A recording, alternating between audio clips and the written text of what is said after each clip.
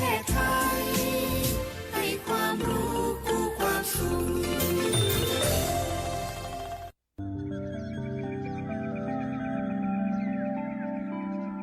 สถานีวิทยุกระจายเสียงแห่งประเทศไทยจังหวัดลำปาง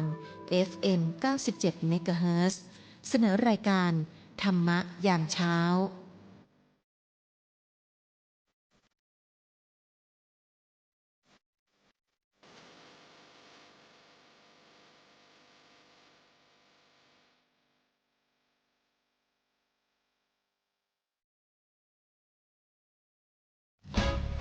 อาณาติปาตาเวรมณี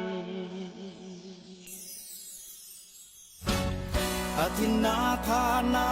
เวรมณีกาเมมุสาสุราเม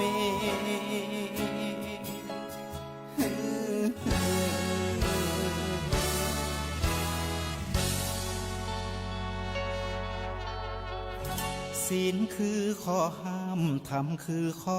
ให้พุทธองค์ตรัสไว้ชี้ทางใจให้ภาคเพียรเบญจศีลเบญจธรรมท่องจำสมัยเราเป็นนักเรียนธรรมะไม่เคยแปรเปลี่ยนแต่เรายังจำได้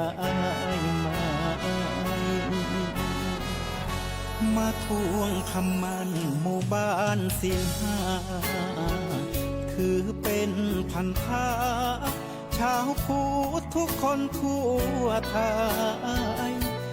สำนักพุทธขับเคลื่อนธรรมจุดเทียนสว่างที่กลางหัวใจสังคมจะร่มเย็นได้ศีลธรรมในใจต้องมี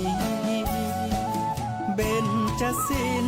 ว่ายังไงไหนลองท่องมาข้อหนึ่งห้ามฆ่าสัตว์ข้อสองห้ามลักทรัพย์ข้อสามห้ามประพฤติผิดในกามข้อสี่ห้ามพูดเท็จข้อห้าห้ามดื่มสุราแล้วเบญจะทำทั้งห้าว่าอย่างไรในบอกชัดๆอีกทีข้อหนึ่งเมตตากรุณาข้อสองสัมมาอาชีพข้อสามกามสังวรข้อสี่ต้องมีสัจจะข้อห้าสติสัมปชัญญะศีลห้าข้อทำห้าข้อทำใจทำได้สักข้อหรือยังมีศีลสุขล้ำมีธรรมสุขใจวอนพี่น้องไทยช่วยกันใส่ใจ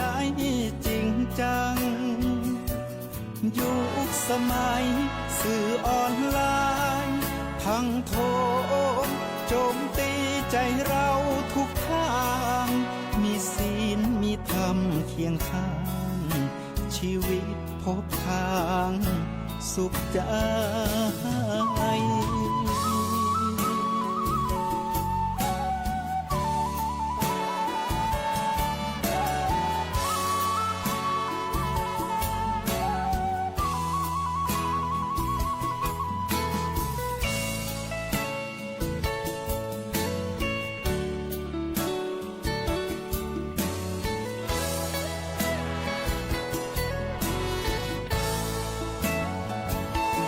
เบญจศีลว่ายังไงไหนลองท่องมาข้อหนึ่งห้ามฆ่าสัตว์ข้อสองห้ามลักทรัพย์ข้อสามห้ามประพฤติผิดในกามข้อสี่ห้ามพูดเท็จข้อห้าห้ามดื่มสุรา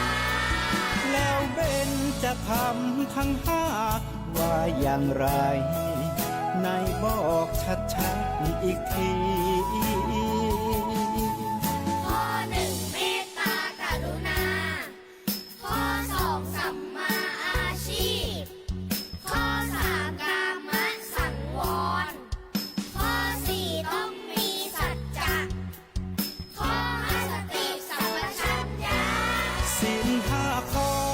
ทำ5 ข้อทำใจทำได้สักข้อหรือยังมีศีลสุขล้ำมีธรรมสุขใจวอนพี่น้องไทยช่วยกันใส่ใจจริงจังยุคสมัยสื่อออนไลน์ทั้งโทรโจมตีใจเราทุกทางมีศีลมีธรรมเคียงข้างชีวิตพบทางสุขใจมีศีลมีธรรมเคียงข้างชีวิตสมปรารถนาทุกหมู่บ้านรักษาศีล5สังคมน่าอยู่อย่างยืน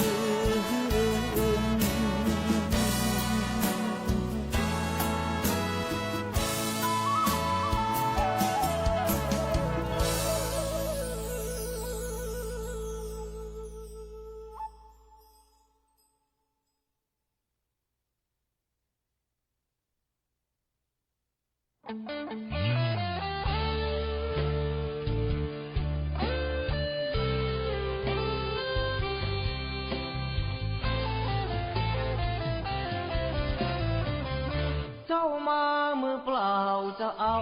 อะไร เมื่อตอนเจ้าไปเจ้าก็ไป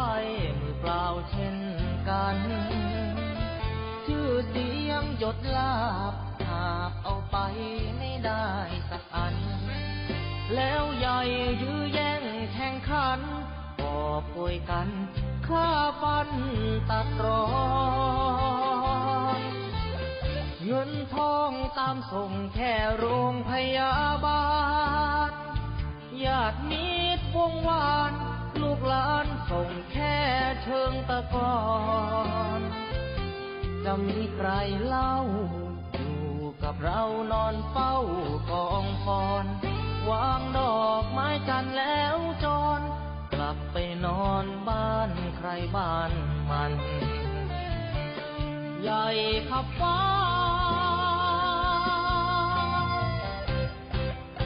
แต่ยังเล็กกว่าฟ้าลงตึกโตโอทงสุดท้ายนอนลงเหมือนกันไปไม่กลับหลับไม่ตื่นฟื้นไม่มีวันชีวิตหลังความตายนั้นนรกสวรรค์ยังรอบาปบุญดีชั่วติดตัวเมื่อตายเงินทองมากมายคนเอาไปไม่ได้หรอกน้อร่างนอนแน่นิ่งไม่ไหวติ่งเหมือนดังต้นตอตราสังมัดแขนผู้คอไฟไม่หงิกงอเป็นเท่าวีพง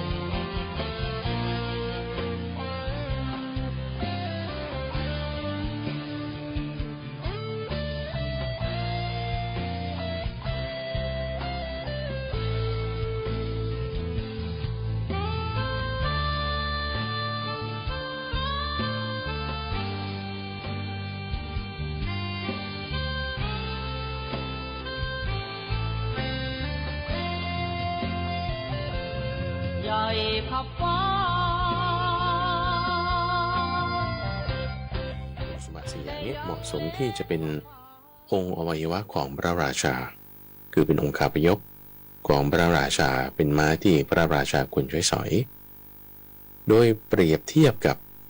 ผู้ปฏิบัติในธรรมะวินัยนี้นะผู้ปฏิบัติเขาก็จะต้องสมบูรณ์ด้วยวรรณะสมบูรณ์ด้วยกำลังสมบูรณ์ด้วยชาวสมบูรณ์ด้วยสวดทรง259กับ260เนี่ยเหมือนกันเลยหัวข้อนี้ยกมาเหมือนกันเป๊ะอุปมานี่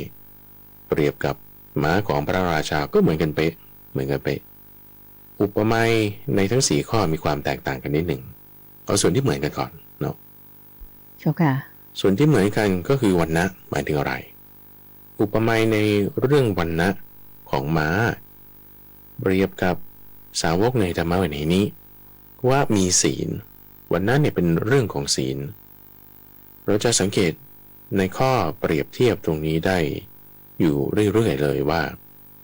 ถ้ายกเรื่องวรรณะเมื่อไหร่ท่านจะเอาเรื่องศีลมาเป็นตัวเปรียบเสมอจะเอาเรื่องศีลมาเป็นตัวเปรียบเสมอเพราะฉะนั้นนี้จะค่อนข้างจะ consistent คือ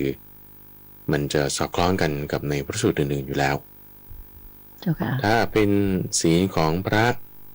ก็จะต้องเป็นศีลปาติโมกข์ศีลที่เป็นเบื้องต้นแห่งปรมาจารย์ถ้าเป็นแม่ชีก็ต้องศีล8ถ้าเป็นฆราวาสก็ต้องศีล5เจ้าค่ะถัดมาในข้อที่ว่าสมบูรณ์ด้วยกำลังคำว่าสมบูรณ์ด้วยกำลังเนี่ยท่านก็ยกเรื่องของความเพียรกำลังคือความเพียรหมายถึงกำลังใจกำลังจิตกำลังจิตกำลังใจคือความเพียรคือการทำจริงแน่แน่จริงคำว่าความเพียรเนี่ยจะหมายถึงความกล้าด้วยกล้าในการที่จะเผชิญหน้ากับสิ่งที่น่าพอใจไม่น่าพอใจแล้วก็เอาสิ่งที่เป็นอกุศลออกเจริญสิ่งที่เป็นกุศลการปรารภความเพียรที่พูดถึงเรื่องกำลังนี้ก็จะ consistent เหมือนกันจะสอดคล้องกับในพระสูตรอื่นๆที่อื่นๆเวลาพูดถึงเรื่องกำลังที่ไหนก็มักจะเอาเรื่องความเพียรมาเป็นคู่เปรียบเสมอเจ้าค่ะคำว่าความเพียรซึ่งหมายถึงการทำจริงแน่จริงก็จะเอาเรื่องการละอกุศลการเจริญกุศลมาเป็นตัวอธิบายเสมอคือความเพียรเนี่ยเราจะเห็นอยู่4นัยยะคือหมายถึงว่ามีรายละเอียดอยู่4อย่างสัมมาวายามะเนี่ยนะโดยแบ่งเป็นคู่ได้2คู่คู่แรกเป็นเรื่องอกุศลคู่2เป็นเรื่องกุศลโดยอกุศลก็คือห้ามป้องกันอกุศลใหม่แล้วก็กำจัดอกุศลเดิมสิ่งที่ไม่ดีเดิมๆเนี่ยต้องออกไปสิ่งที่ไม่ดีใหม่ๆอย่าให้มันกลับเข้ามาอื่นๆที่ยังไม่มีเนี่ยหรือว่าที่ละไปแล้วอย่าให้มันกลับเข้ามานี่คือคู่เกี่ยวกับอกุศลส่วนคู่ที่เกี่ยวกับกุศลก็คือที่ยังไม่มีต้องเพิ่มให้มันมีกุศลที่ยังไม่มีต้องให้มีหรือที่มีแล้วต้องพัฒนาให้มันดีมียิ่งขึ้นหรือที่ได้มาใหม่ต้องพัฒนาให้มันคงอยู่ได้อย่างมั่นคงต่อเนื่องไป4ข้อ2คู่นี้เสมอเลยเรื่องความเพียรเรื่องความเพียรหรือการทำจริงแน่ๆจริงนี้เสมอเลยคือเรื่องกำลังจิตกำลังใจเพราะฉะนั้นกำลังใจเนี่ยคือการทำจริงแน่ๆจริงคือการลงมือทำคือไม่ใช่ว่าเรามีกำลังใจแล้วเราจะค่อยไปทำนะ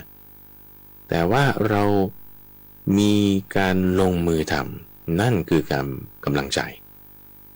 ทีนี้เราจะมามีกำลังใจได้ในที่หนึ่งก็จะ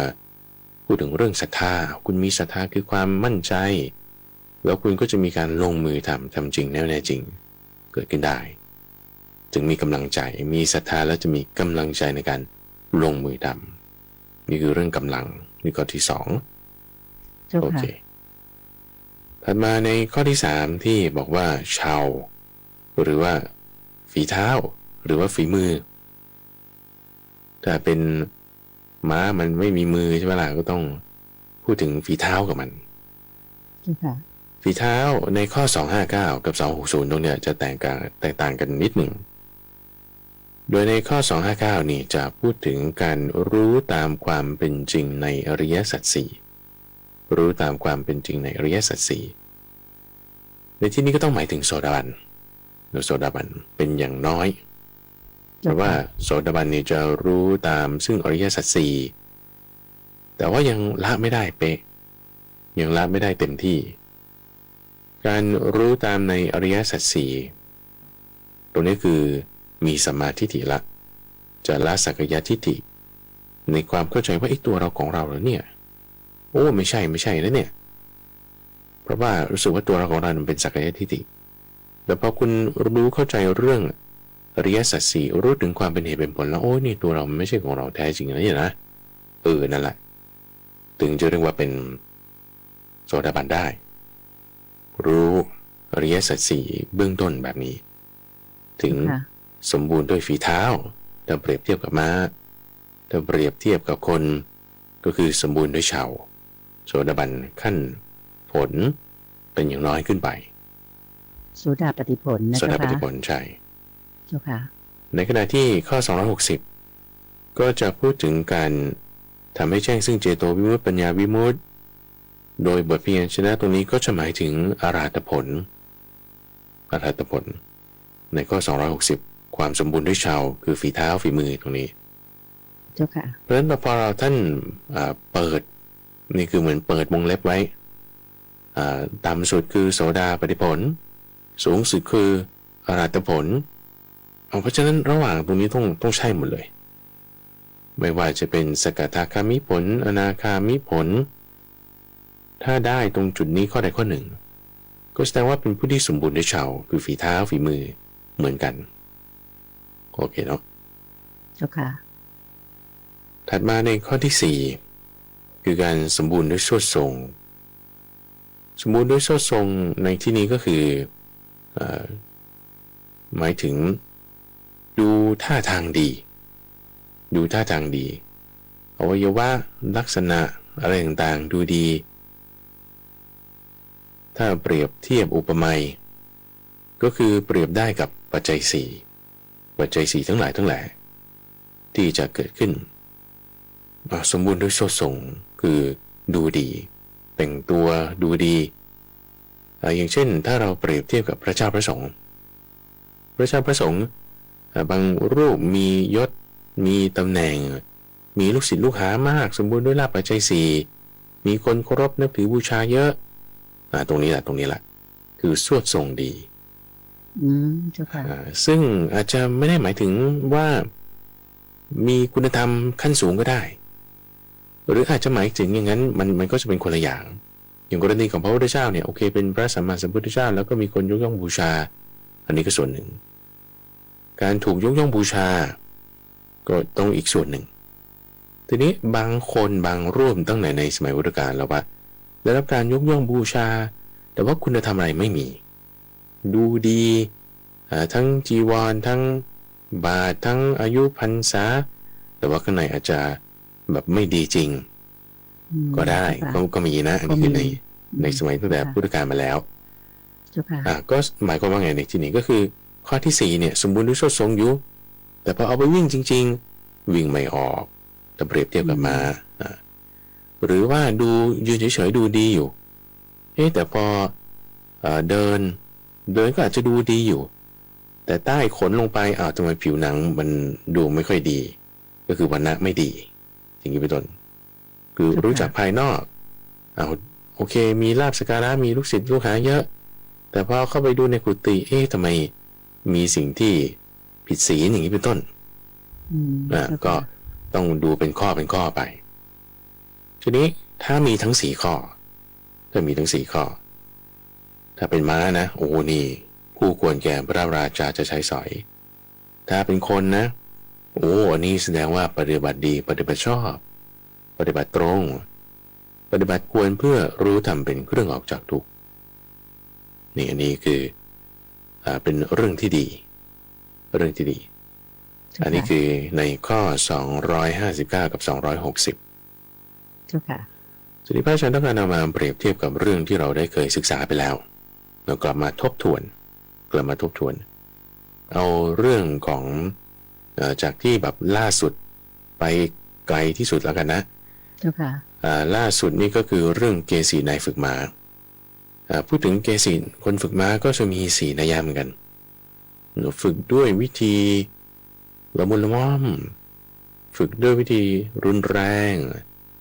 ฝึกด้วยทั้งวิธีละมุนละม่อมและรุนแรงรวมกันแล้วก็ฝึกไม่ได้นี่ต้องฆ่าทิ้งเสียมีการฝึกอยู่4แบบเจ้าค่ะจำได้เจ้าค่ะนี่จำได้แล้วนายเกษีคนฝึกม้า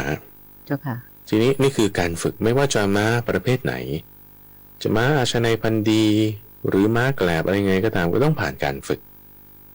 แต่การฝึกอาจจะใช้เวลามาก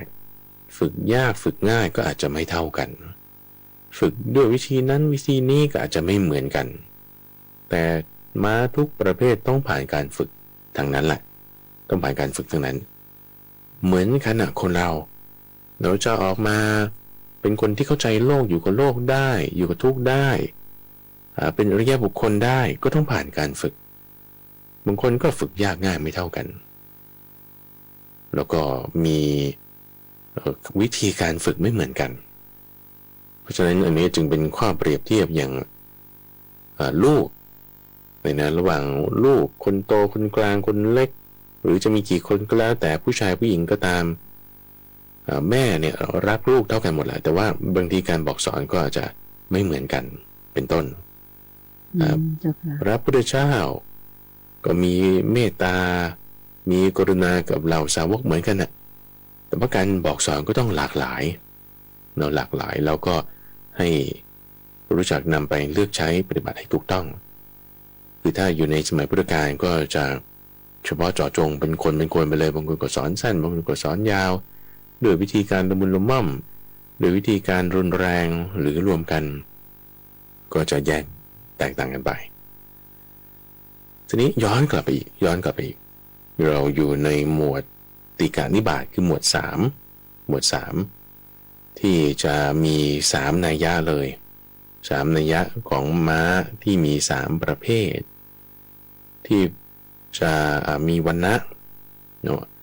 มีกำลังแล้วก็มีเชาซึ่ง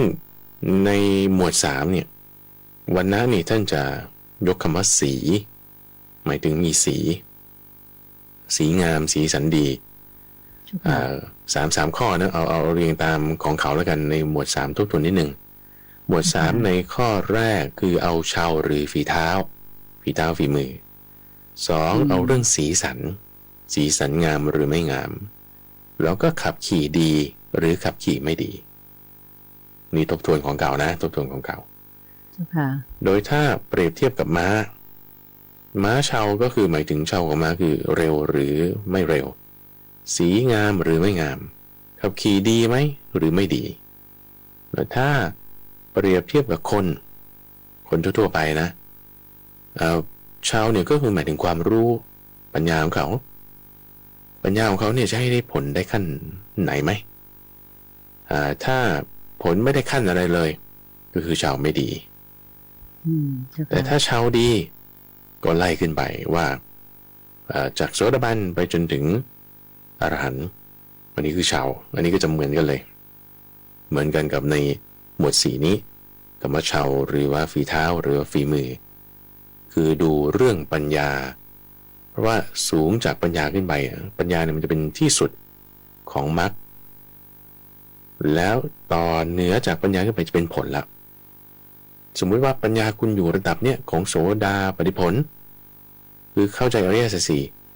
เลยขึ้นจากปัญญาระดับนี้ไปก็จะเป็นโสดาปัตติผลแต่ถ้าคุณอยู่ระดับปัญญาของอรหัตผลคือการเห็นอนัตตาการละอวิชชาการละมานะนี่คือปัญญา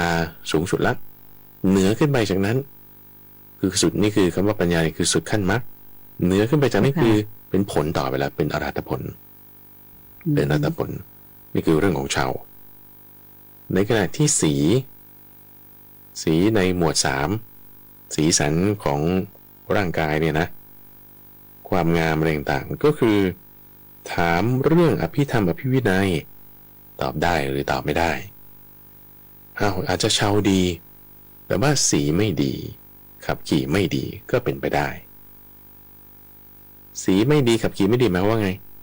หมายความว่าอาจจะเป็นอรหันต์อยู่อาจจะเป็นโสดาบันอยู่แต่พอถามเรื่องอภิธรรมอภิวินัยตอบไม่ได้ทำไมคุณตอบไม่ได้ก็แบบฉันปฏิบัติได้อย่างเดียวฉันมีปัญญาในระดับปฏิบัติได้แต่จะสอนคนอื่นเนี่ยว่าฉันไม่รู้หรอกเชาดีอยู่แต่ว่าสีไม่ดีอันนี้คือหมวดก่อนๆนะหมวดก่อนๆเจ้าค่ะแต่ถ้าสีดีก็คือถามอับดุลเลยตอบได้เจ้าค่ะเรื่องอะไรนะไม่ใช่เรื่องทั่วไปนะเนี่ยเอาเรื่องอภิธรรมอภิวินัย อภิธรรมพระวินัยต่าง ใช่ ๆ ทราบหมดเลย ทรา รู้ บ ห ห ม ม ด ด เลยนะเจ้าค่ะ รู้หมด เจ้า อั ค่ะ นนี้คือมีสีดี ก็คือมีความรู้ในการที่จะตอบได้ แล้วส่วนความรู้ในการปฏิบัตินี่มีแน่นอนในเรื่องชาวของท่านบุคคลเหล่านั้น เจ้าค่ะ ส่วนเรื่องการขับขี่เนี่ยถ้าจะเปรียบเทียบกับคน ก็คือหมายถึงแล้วเอาไปใช้งานได้ไหมใช้งานแบบว่าในการปฏิบัติเช่นคุณเรียนอะไรคนที่เรียนเกี่ยวกับประชาสัมพันธ์มา หรือเรียนเกี่ยวกับการทำธุรกิจมาเงี้ยคุณจบอะไรธุรกิจโอ้ย MBA นี่ปริญญาโทนะหรือ DBA นี่ด็อกเตอร์นะแล้วคุณความรู้ดีใช่ไหมแล้วถามอะไรก็ตอบได้ไหมแล้วคุณมีธุรกิจเปล่าคุณทำธุรกิจเองได้จริงไหมอันนี้คือใช้งานได้หรือไม่คือนำความรู้ไปประกอบอาชีพได้อย่างถูกต้องหรือเปล่าแล้วก็ดีด้วยใช่ไหมเจ้าค่ะใช่ได้ไหมนี่คือคนธรรมดาทั่วไปนะเจ้าค่ะถ้าเปรียบเทียบมาในสาวกของพระพุทธเจ้าไอ้ข้อนี้ก็จะเปรียบว่ากับปัจจัยสี่ว่ามีปัจจัยสี่ไหมดีไหมงามไหมปัจจัยสี่คือก็อาหารการบริโภคเครื่องนุ่งห่มยารักษาโรคที่อยู่อาศัยปัจจัยสี่ทั่วไปก็หมายความว่าร่ำรวยด้วยลาภปัจจัยสี่ไหมบางคนมีชาวดีแต่ว่าสีไม่ดีขับขี่ไม่ดีมาบางตัวนะ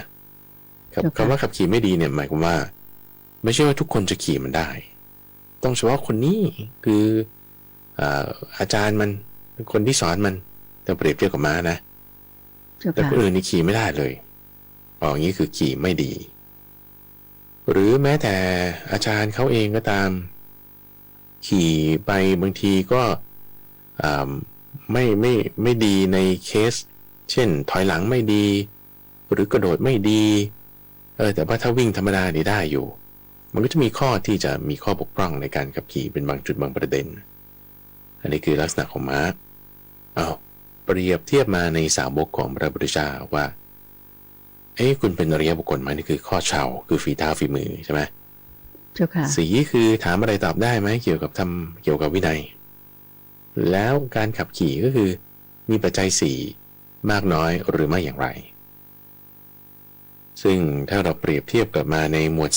4ตะกี้หมวด3นะการขับขี่ปัจจัย4หมวด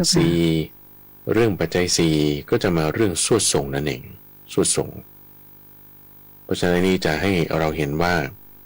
ในรายละเอียดเดียวกันคือเรื่องปัจจัย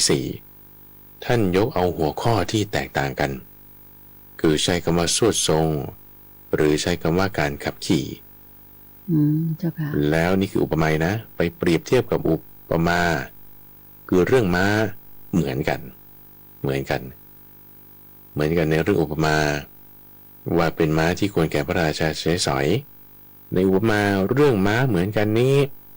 รายละเอียดก็แตกต่างกัน3นัยยะบ้าง4นัยยะบ้าง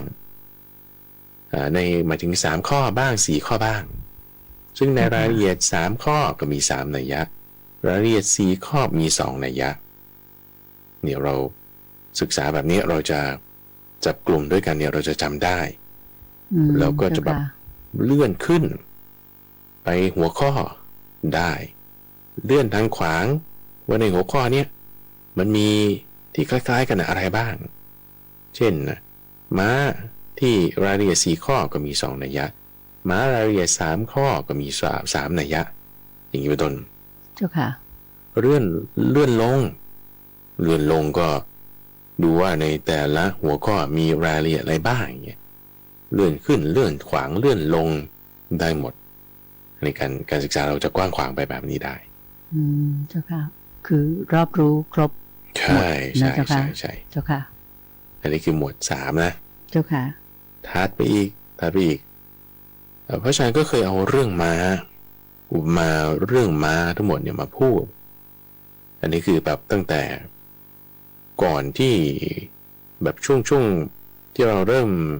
ขุดเพชรในพระไตรปิฎกกันมาได้สักแป๊บหนึ่งยังไม่ทันจะพูดอุปมาเรื่องม้าในหมวด3ได้ยกอุปมาเรื่องม้า มาพูดในช่วงใต้ร่มโพธิบทอยู่ไม่ว่าจะม้าอาชนัยในเรื่องของฌานสี่ม้าเกี่ยวกับม้าเร็วเกี่ยวกับม้าที่มีคุณสมบัติ6อย่างนี้คือหมายถึงตาหูจมูกลิ้นกายและใจอดทนต่อพวกนี้ซึ่งแน่นอนเลยหมวด6นี่เราจะต้องได้เจอข้อนี้อีกแล้วก็ยังจะมีเรื่องม้าพยศ8ประเภทม้าพยศหรือม้ากระจอก8ประเภทหมายถึงม้าทิ้งรถม้าเตะนอนไถม้าที่หงายรถม้าทำลายรถม้ากัดสายบังเหียนม้ายืนนี่คือนี่พวกม้าพยศทั้งหลายอันนี้จะฝึกไม่ได้นี่คือหมวด8ที่เราจะต้องเจอต่อไปนี่คือม้าโกงหรือม้าพยศก็ต้องมาเปรียบเทียบกับม้าที่ฝึกได้ดีม้าที่ฝึกได้ดีอันนี้ก็จะอยู่ในพัทธลิสูตรที่สามารถ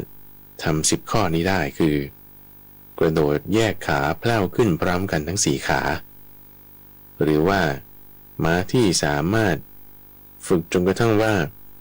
เวลาวิ่งไปเนี่ยสามารถเอี้ยวตัวเป็นวงกลม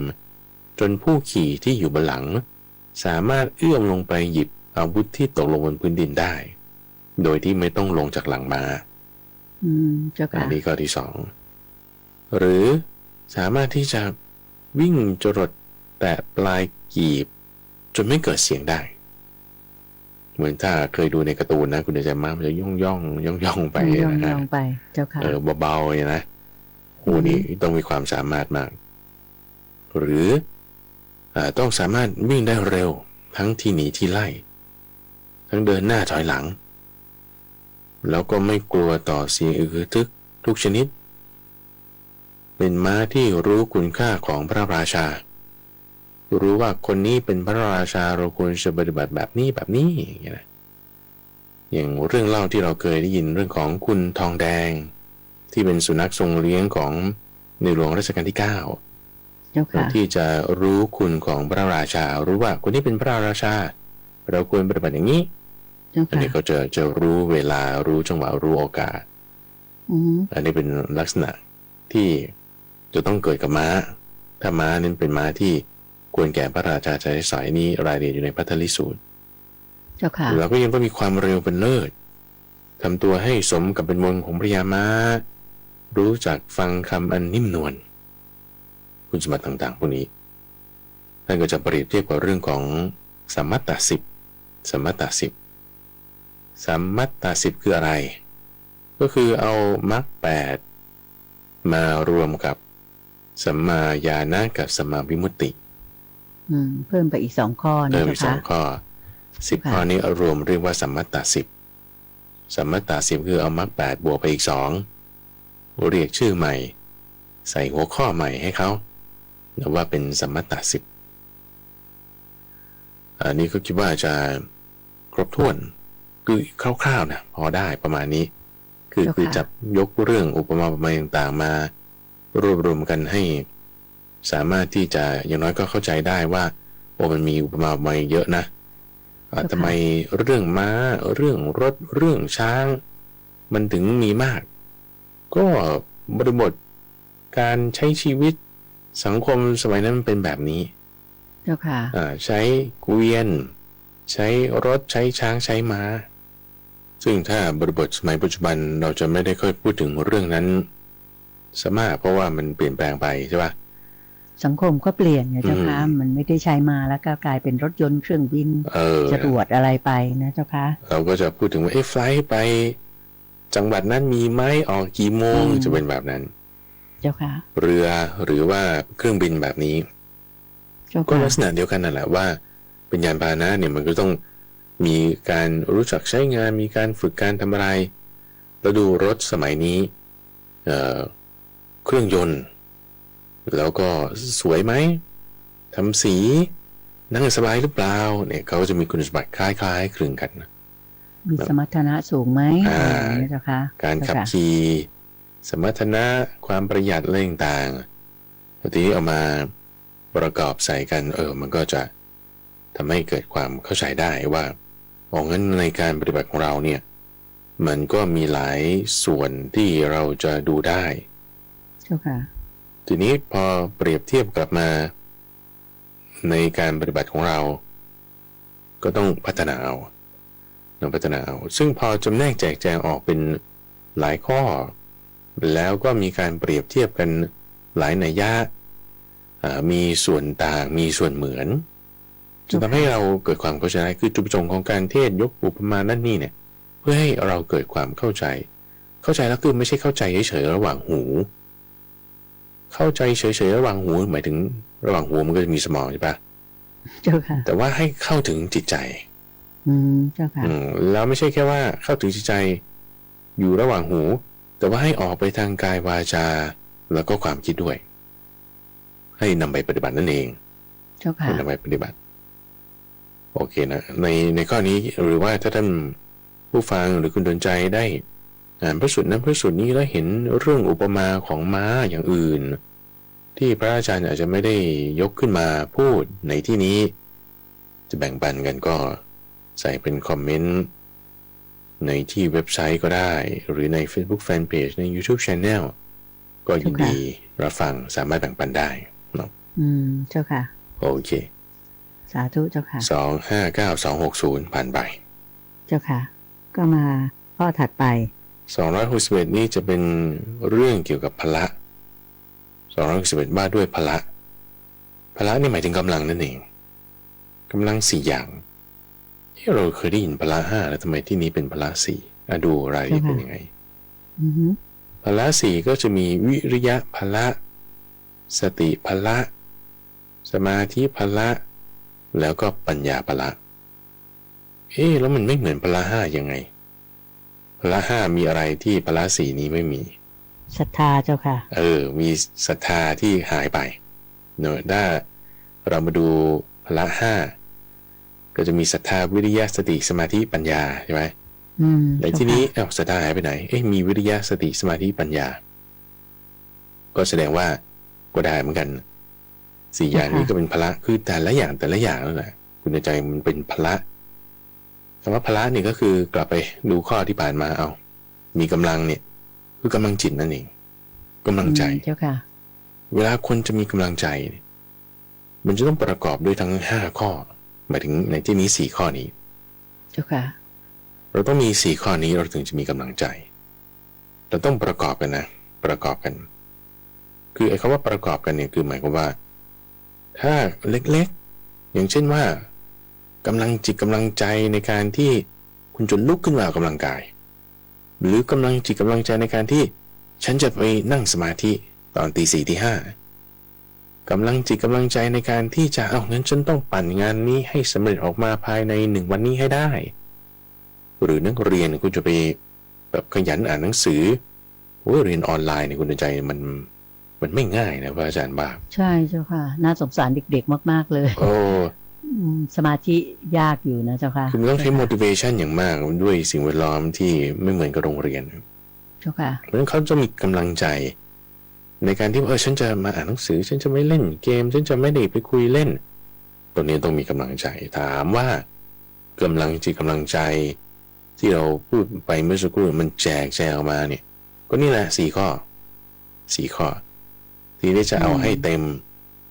ก็พละ5ก็มีศรัทธาวิริยะสติสมาธิปัญญาเจ้าค่ะคำถามในที่นี้ก่อนที่จะไปอธิบายในแต่ละข้อเนี่ยแล้วทำไมบางทีพระพุทธเจ้าบอก4บ้างบอก5บ้างก็จะมาบางทีบอก3บ้างอย่างเงี้ยนะเจ้าค่ะก็นี่แหละมันเป็นอย่างนี้โยมคิดว่าอาจจะเป็นว่าท่านตรัสกับใครอย่างในข้อในพระไตรปิฎกนี่ก็ท่านตรัสกับพระภิกษุอยู่แล้วซึ่งพระภิกษุเนี่ยที่จะมาบวชในพระศาสนานี้ก็ต้องมีศรัทธามาอยู่แล้วถูกไหมคะดังนั้นก็ไม่ต้องมาเน้นเรื่องศรัทธาแต่มาพูดเรื่องวิริยะสติสมาธิปัญญาไปเลยแบบนี้เจ้าค่ะถูกต้องเพราะถ้าไม่ศรัทธาก็คงไม่มาบวชถูกไหมเจ้าค่ะใช่เจ้าค่ะท่านก็ละเว้นไว้แบบเป็นที่เข้าใจกันคิดว่าอย่างนั้นเจ้าค่ะใช่เพราะฉะนั้นเราก็เอาส่วนที่ครบส่วนที่บักเต็มที่เวลาที่เรามักจะพูดกันก็มักจะพูดถึงพละ5หรืออินทรีย์5ซะมากกว่าที่จะใน4ข้อก็อย่างนี้แหละว่าไตรกับภิกษุรูปนี้ 4 ข้อบ้างตรัสกับภิกษุรูปนั้น5 ข้อบ้างตรัสกับภิกษุรูปนั้น7 ข้อบ้างที่เหมือนกันก็มีที่ต่างกันก็มีจะมารวมกันแล้วได้เป็นเท่านี้ข้อออกมาตัวอย่างเช่นเรื่องของอนุสติ10อย่างนี้เป็นต้นไม่มีพระสูตรไหนเลยนะคุณใจอนุสติที่ท่านจะบอกว่าอนุสติมี10อย่าง1 2 3 4จะไป90เนี่ยไม่มีเจ้าค่ะมีแต่พูดถึงสติจะให้เกิดขึ้นได้ใช้วิธีนี้1 2 3 4 5ใช้วิธีนี้อีก1แล้วก็อีกที่หนึ่งก็ต่ออีกคนหนึ่ง6บ้างอีกที่หนึ่งต่ออีกคนหนึ่ง3บ้างตัดไว้ทั้งหมด5 วาระกับ5 บุคคลเป็นภิกษุ3เป็นพราหมณ์1เป็นปริพาชก2เป็นต้นนะแล้วก็เหมือนกันบ้างต่างกันบ้างรวมกันได้10 อย่าง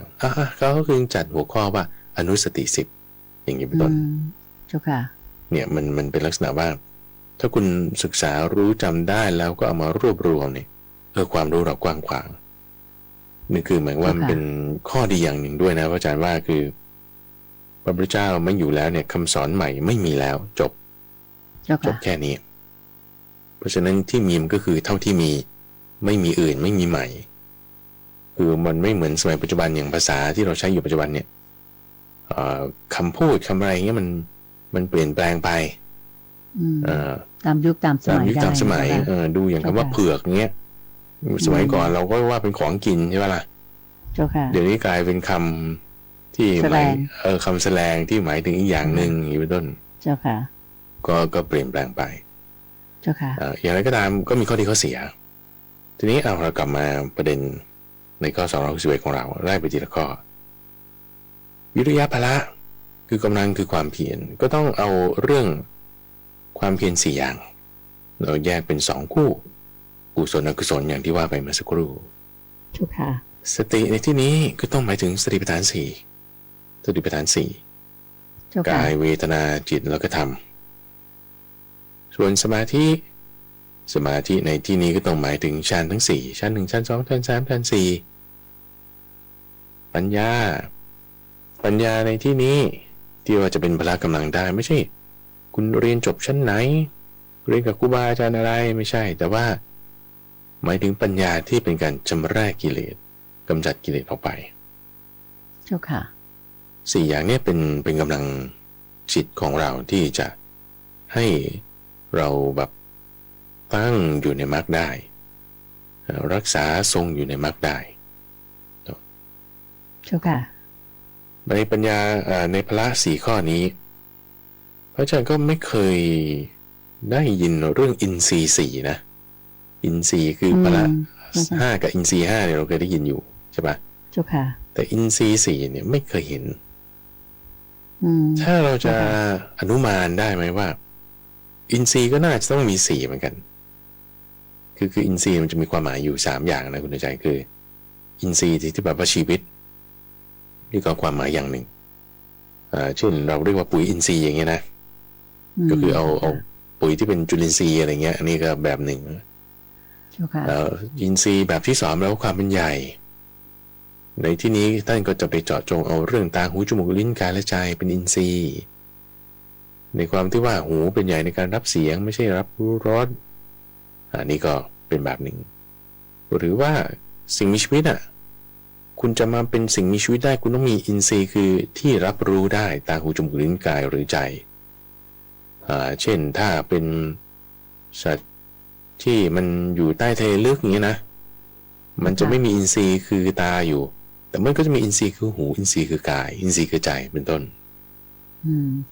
สัตว์ที่เกิดในพรหมโลกมีความเป็นมีชีวิตอยู่แต่ว่าถ้าเป็นรูปประพรหมจะไม่มีอินทรีย์คือตาหูจมูกลิ้นกายแล้วจะมีแต่อินทรีย์คือใจเป็นต้นมีความมีชีวิตอยู่แต่ว่าจะมีอายตนะที่แตกต่างกันไปตามภพตามอะไรของเขา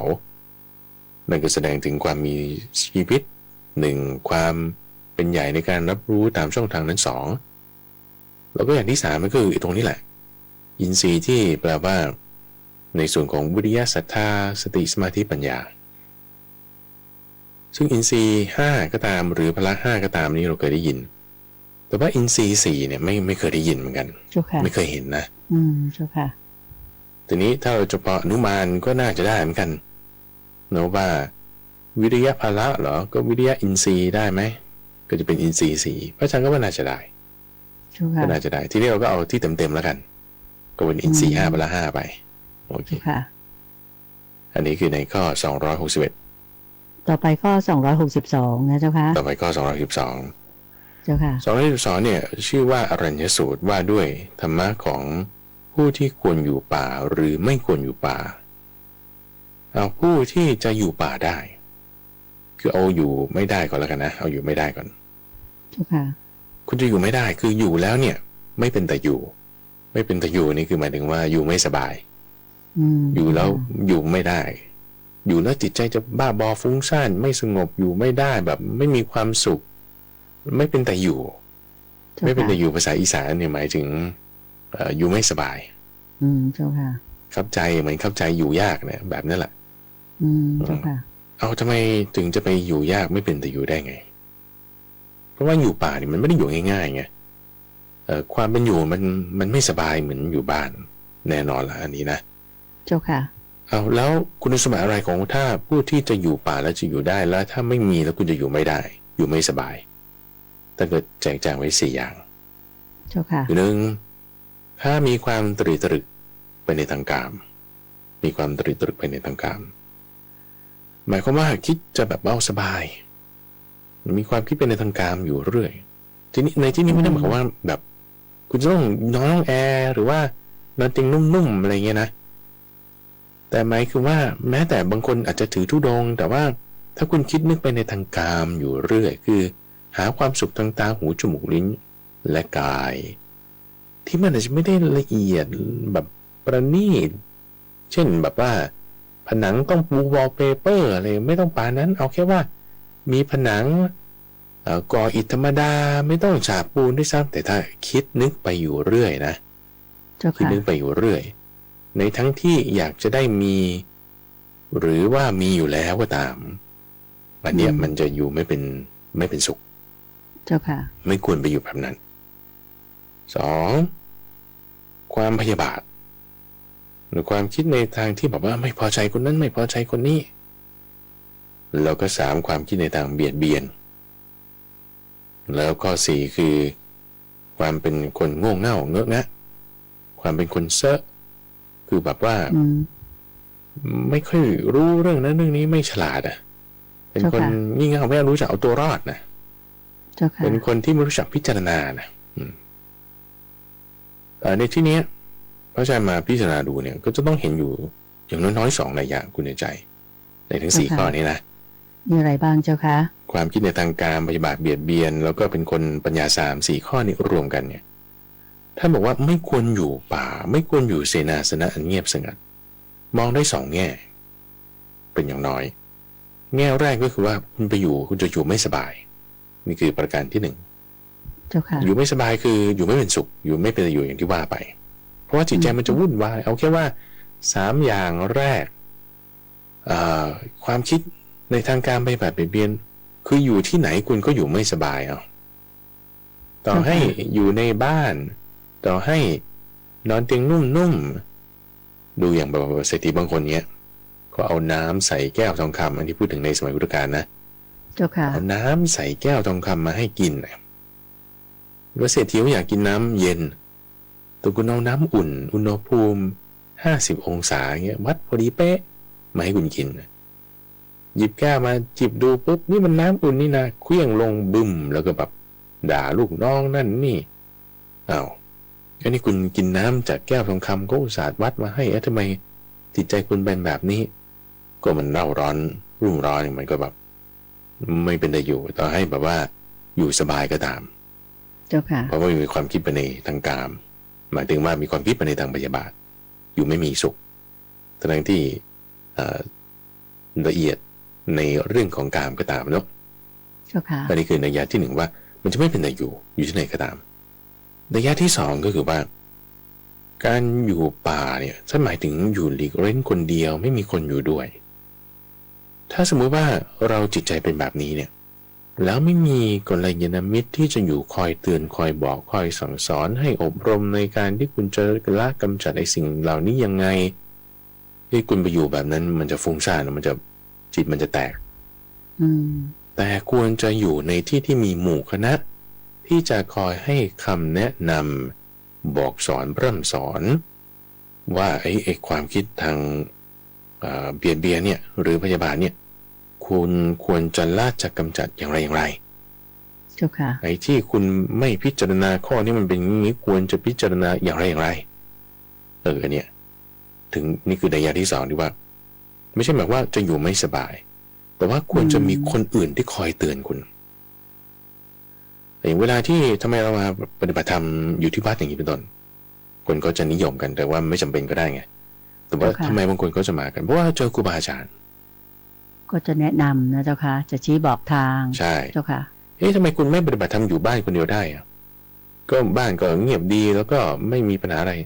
เอาก็ถ้าคุณมี4 ข้อนี้มันก็อยู่ไม่ได้แล้วทำไมอยู่ไม่ได้มันมีคนแนะนำหรืออยู่ได้อยู่แต่ว่ามันก็ไม่สบายเหมือนมาอยู่ในที่ที่แบบว่าครูบาอาจารย์แผ่เมตตาไว้หรือว่ามีคนคอยแนะนำบอกสอนเจ้าค่ะ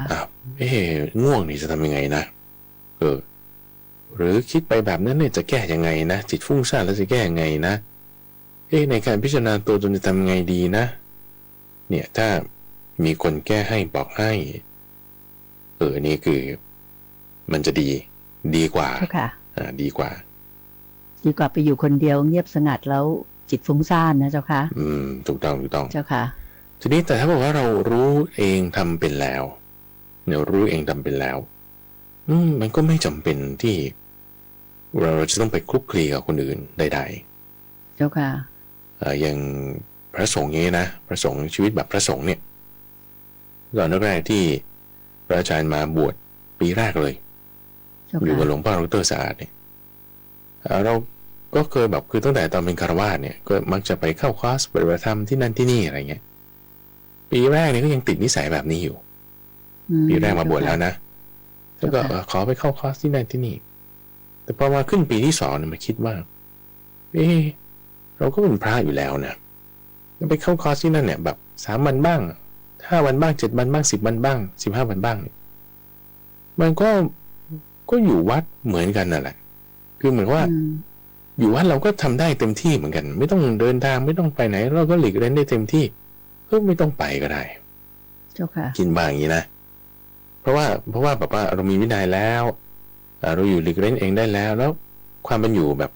ของพระเนี่ยมันก็เอื้อต่อการที่จะหลีกเล่นปฏิบัติธรรมอยู่แล้วก็ไม่ต้องไปก็ได้เจ้าค่ะในที่นี้สมมติว่าถ้าท่านผู้ฟังท่านผู้ชมเองจะเอาบ้านให้เป็นวัดเนี่ยก็สามารถทำได้เหมือนกันเจ้าค่ะประเด็นคือมี4 ข้อนี้ไหม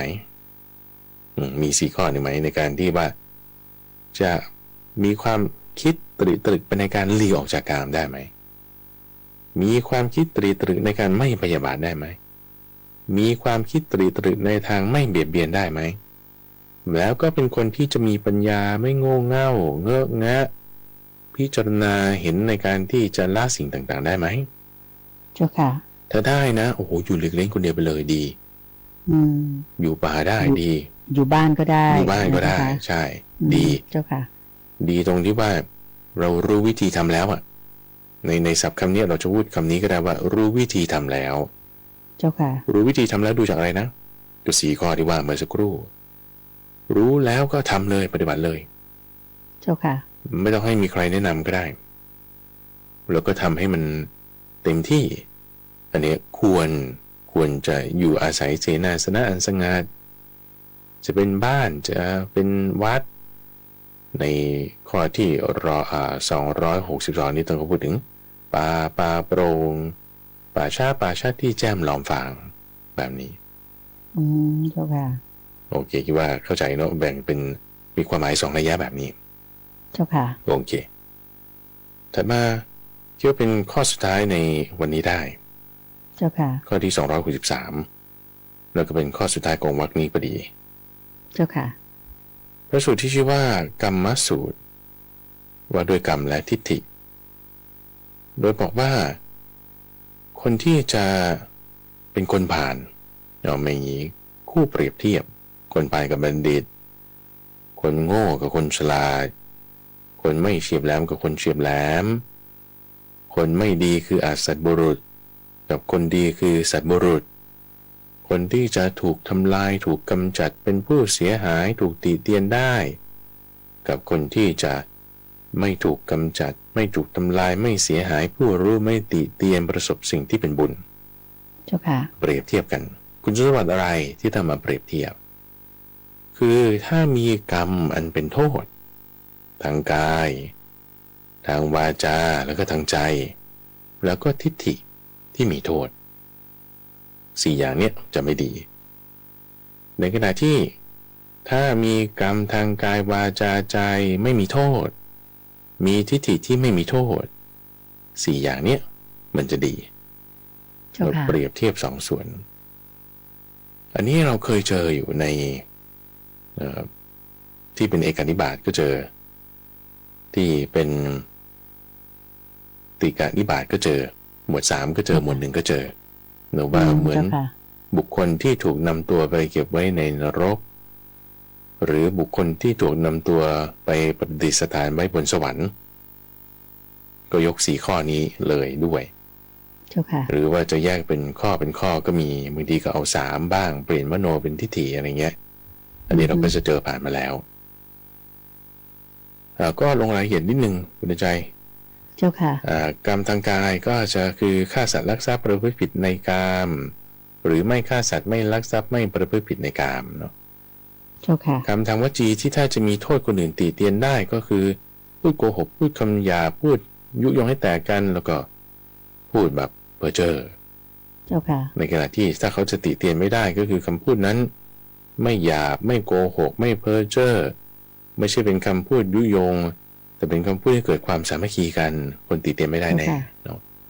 เจ้าค่ะแล้วกรรมทางใจก็จะประกอบด้วยไม่คิดเพ่งเล็งอยากได้ของคนอื่นไม่คิดพยาบาทถ้าเป็นอันนี้คือส่วนดีเนาะถ้าส่วนไม่ดีก็คือคิดเพ่งเล็งอยากได้ของคนอื่นเขาแล้วก็คิดพยาบาทคิดปองร้ายคือบางคนอาจจะคิดปองร้ายแต่พูดดีๆนะก็จะเป็นวจีกรรมที่มีโทษแต่มโนกรรมสลับกันเนาะวจีกรรมไม่มีโทษแต่มโนกรรมเนี่ยมีโทษก็เป็นไปได้เจ้าค่ะเจ้าค่ะก็แยกเป็นส่วนๆทีนี้ส่วนที่เป็นทิฏฐิส่วนที่เป็นทิฏฐิก็คือถ้ามีโทษก็เป็นมิจฉาทิฏฐิมิจฉาทิฏฐินี่ก็จะมีการไม่เชื่อบุญไม่เชื่อบาป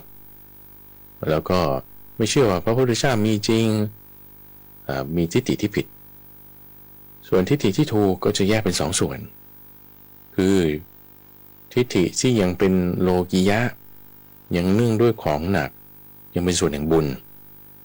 เช่นเชื่อว่าบาปมีบุญมีเชื่อว่าพระพุทธเจ้ามีพ่อมีแม่มีอย่างเงี้ยเป็นต้นเจ้าค่ะส่วนทิฏฐิที่เหนือโลก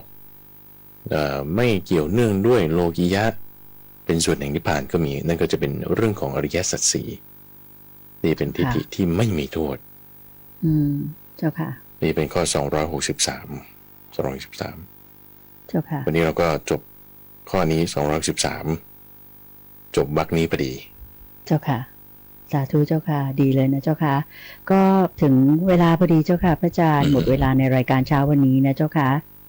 โยมก็ขออนุญาตที่จะนำท่านผู้ฟังทางบ้านทุกท่านกราบขอบพระคุณและกราบนมัสการลาพระอาจารย์พระมหาไพบูลย์อภิปุโนจนกว่าจะพบกันใหม่ในขุดเพชรในพระไตรปิฎกในวันเสาร์หน้ากราบขอบพระคุณและกราบนมัสการลาเจ้าค่ะพระอาจารย์เจ้าค่ะเจริญพรสาธุเจ้าค่ะติดตามรับฟังรายการธรรมะยามเช้าได้ใหม่ในวันและเวลาเดียวกันนี้ทางสถานีวิทยุกระจายเสียงแห่งประเทศไทยจังหวัดลำปาง FM 97 MHz